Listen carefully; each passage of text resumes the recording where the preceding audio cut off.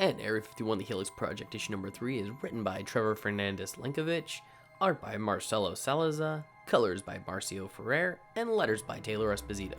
And this issue picks up with Kent and Marissa moments after Marissa had shot the same cop that had shot Kent's dad, with Kent in shock at both the event and Marissa's coldness, when we briefly cut to the alien facility where a doctor is injecting an antigen into someone's body whose face we cannot see but is alive as he is speaking to the doctor. Back with Kent and Marissa, Kent changes back into his human form and together they clean up the body and then drive out to Marissa's home in the outskirts of Roswell. It's here we get a more detailed backstory on Marissa, who had enlisted in the US Air Force and worked our way up the chain through both conventional and unconventional means in order to ascertain the information she was after. Kent still isn't sure if he's on board, however, but Marissa continues to bring up his father, which gets Kent thinking and eventually leads to the next day where we see both Kent and Marissa sitting on a bench. Suddenly, a car comes speeding through as Kent hesitantly runs towards the vehicle, but then Marissa injects something into his body, which causes Kent to fully transform, at which he manages to save a child,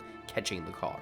The boy, however, is scared of Kent, and it's here that various helicopters then spotlight them as they find themselves surrounded by soldiers. Kent and Marissa fight them off as best they can when Kent touches a soldier and realizes he can transform into his likeness. The issue then begins to wrap up as Marissa is shot in the shoulder, Kent is tased and knocked out from behind, and it's then we see that the person who knocked Kent out was his own father. And all I can say to that is, what? You're telling me that faceless guy, since I've been seeing, since issue 1, is actually Kent's dad? Surely this has to be a mistake? I got it.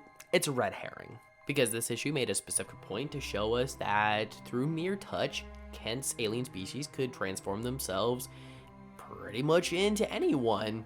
And that tells me Kent would make an excellent animorph. So that would mean if the scientists found a way to successfully transfer those powers through genetic coding from the aliens into the humans, that the humans could then become these alien hybrids themselves that would also have these powers. So it's quite possible that this is not actually Kent's dad, but is in fact the younger Agent K. But on a more serious note, Area 51, The Helix Project issue number 3 continues to be a deep, impactful, and suspenseful read.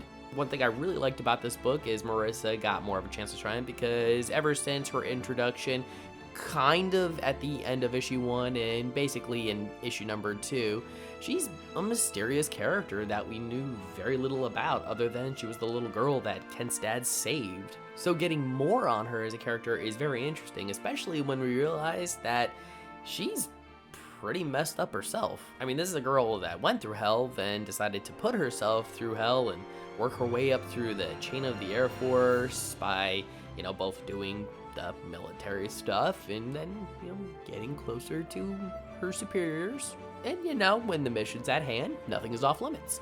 And she's definitely a cold and calculating type of character. She's not afraid to get her hands dirty, as evident by her shooting of the cop with relative ease. And we also saw that she, killed one of her superiors, which tells me she's probably got a lot more blood on her hands than we've seen so far. And even though we do get some clarification on her character, there's still a mysterious element to her because, of course, where Kent hurts sitting on the bench and then that car goes zooming down the road and Kent has to catch it, but before that she injects him with something and then the military show up and it's all too convenient. So I have to wonder if she did tip off the military to their location and if quite possibly she's involved with them and that she's some kind of double agent that's going to at some point turn around on Kent and be like, haha, I was working with the bad guys the whole time.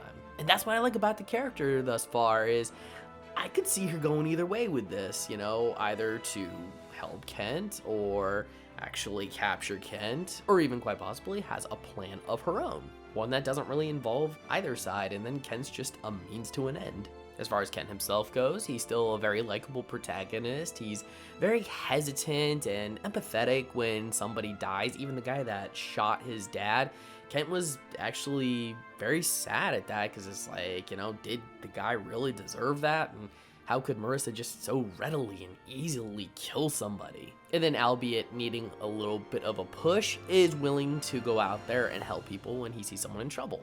And once we see Kent kind of morph out of his shell a little bit and become a little more confident in himself, I say he'll make a very good tight-wearing, cape-flapping superhero. As far as the art goes, I mean, it's, a consistent artist all the way through thus far, and it's solid as always. Some good use of perspectives, a few standout panels. Particularly, I'd say one of my favorite panels is the one where Kent actually does catch the car and save the boy, because it's a direct parallel to when his dad caught the car to save Marissa. And even for a fraction of a second, it puts Kent in his father's shoes momentarily. And I really like that. As far as the colors go, I wanted to really point out the scene where Marissa is having her flashback and explain to Kent kind of, what she's been through leading up to this current moment, stuff like that. And I really love the use of color for her character here, because while everything in the panels are like bright and colorful and stuff like that, she's kept in a very monochromatic color scheme and kind of shows us that, she's cold and sort of removed and, very focused and driven. I feel like it symbolizes her resolve and determination in the completion of her objective. What that objective is, we still don't know. And at the end, I think it's a great book. I recommend everybody check it out, and I'm definitely going to leave links in the description down below to the previous titles, as well as the current Kickstarter to issue number 4. And if you are already one of Trevor's followers and have read this book, what did you think about Area 51 Helix Project issue number 3? I'd love to hear your thoughts. Please leave your comments in the comment section below. And if you like this video, I'd love it if you smash that like button, share it with some friends, subscribe if you're not subscribed already, and ring that notification bell for more comic book content. And if you're wondering what to watch next, consider one of these 2 videos. Alright, take care, have a great day, and as always, stay geeky.